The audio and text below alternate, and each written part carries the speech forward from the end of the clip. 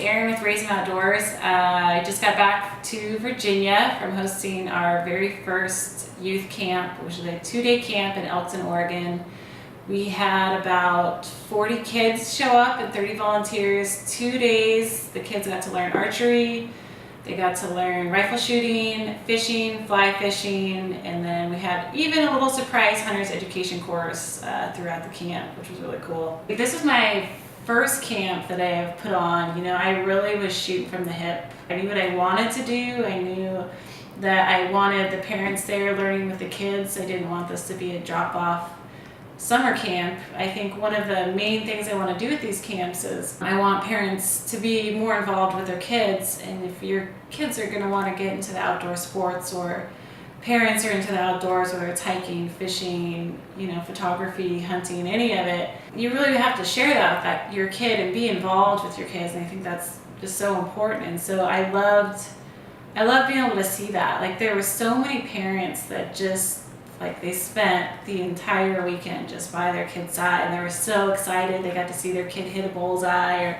they got to see their kid learn how to, you know, cast a fly rod or catch a fish on a fly rod. Just, you know, they were with them side by side the entire camp. And then, you know, every day we would stop at 2 or 3 o'clock, and, you know, family would all take their kids down the river to go swimming, or they went for a hike, because we had 2,600 acres on this ranch that we were at. My main goal, more than just teaching these kids these sports or how to fish, you know, but just to get these parents and these kids together outdoors, like experiencing that together.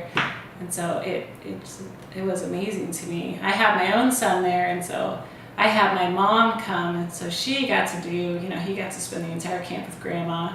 And I know that they had a great time because we live over here in Virginia, so he doesn't get to see his grandma in Oregon, and they had a really good bonding that entire weekend. And that's exactly what I wanted out of the camp. No matter how stressful the entire thing was, the main goal was just like seeing those families interact. It was awesome. We had 3 stations. Everybody was broken into age groups. So we had 3 to 5-year-olds. They were the Eagles. We had the 6 to 10-year-olds were the Bears, and then we had the 11 to 17-year-olds were our Bass. The older kids started with the fishing, and so Project Healing Waters, along with a couple other fishing guides from Montana that came down to help out, they took the kids through fly casting lessons. They took them through spinning rod lessons if they chose to do that. They talked about the different species in the Umpqua River, and like really a lot of these kids and families that came are pretty close and local to where we hosted this camp, and so they're going to go on and continue to fish this river probably for the rest of their lives, especially if they live around there, you know, or they get into the sport.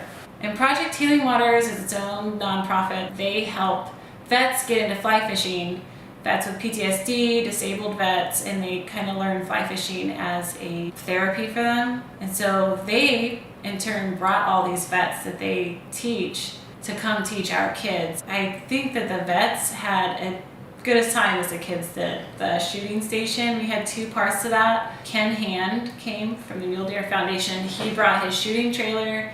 He had 2 air rifles set up, and you could shoot directly into the trailer, and they would reel the targets back in. So the kids got to learn how to score targets, and they could see, you know, where they shot. They shot a bullseye, which the little kids absolutely love that. In the second part of the station, they were shooting BB guns and .22 rifles. So Ken from the Mule Deer Foundation, he was the first person to meet me on Thursday. He actually helped me set up the entire camp, and he brought all the equipment for us. He had all the tents, all the tables, and he was there from before the camp, 2 days before the camp started until he was the very last person to leave with me. So Ken was amazing, and we're looking forward to partnership with the Mule Deer Foundation from here on. Our 3rd station of the day was the archery station.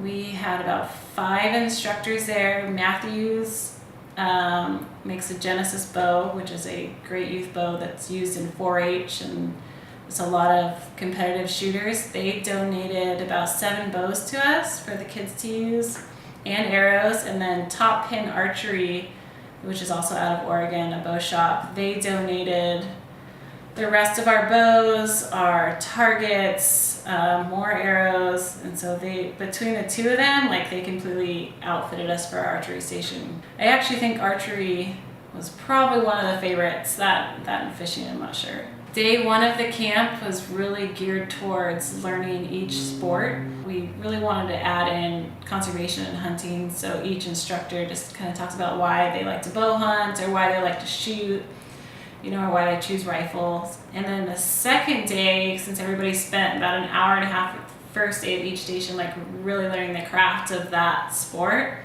the second day we wanted to make it fun. So we had a competition, we had an archery competition, we had a rifle competition, we had 10 different fishing competitions. We had longest cast, biggest fish, biggest crawdad. Thankful for all these donations, we were able to give away 3 bows. So we had one prize for each age group. So 3 to 5 year olds, one kid won the mini Genesis bow, which is perfect for, somebody in that age group. And then we had 2 larger bows that we gave away for the older kids. Fishing rods, I think we gave away about 15 fishing rods because we came up with so many different contests for them. So that was really neat. And then we ended up giving away, we had 3 rifles donated to us from Newell's Custom Calls. And so we were able to give away 3 rifles. We actually gave away the 2 smaller single shot cricket 22s to the 2 younger age groups. And then the Mule Deer Foundation donated a large rifle that went to the older kid. So Sunday we had, this is probably the highlight of the camp on Sunday, we had a little unexpected surprise. We had a rattlesnake in camp that one of the families found. We were able to catch it and we did kill it, and so we ended up using the rattlesnake as kind of we stopped the camp, and it became like a learning lesson for all the kids. Like, they got to figure out that a rattlesnake will still move 2 hours after it's been killed. Everybody got to touch it, they got to hold it up. I think even the parents, like, we all got a pretty good lesson on rattlesnakes, rattlesnake bites, where they live. It was a good learning opportunity for everybody, and the kids had a blast, because you see a bunch of little kids go up on a dead snake and then it starts moving again, and you get 5-year-olds screaming for the hills, and they come back to do it again. So next year we have some exciting things lined up. We get to plan a year out this time. We're going to be in Oregon again next year. We're going to be in Montana and Texas for sure. There could be some other places lined up. We'll kind of see as everything progresses over the next year. I want to say thank you again to everybody that helped make this possible by spreading the word, your donations, sponsorships, volunteers. We want to continue to put these camps on from here on out. We want to continue to make them free so that every kid has a chance to come. And so we couldn't do that without all of you guys' support, whether it's just sharing it, your sponsorships, your donations, everything. So thank you.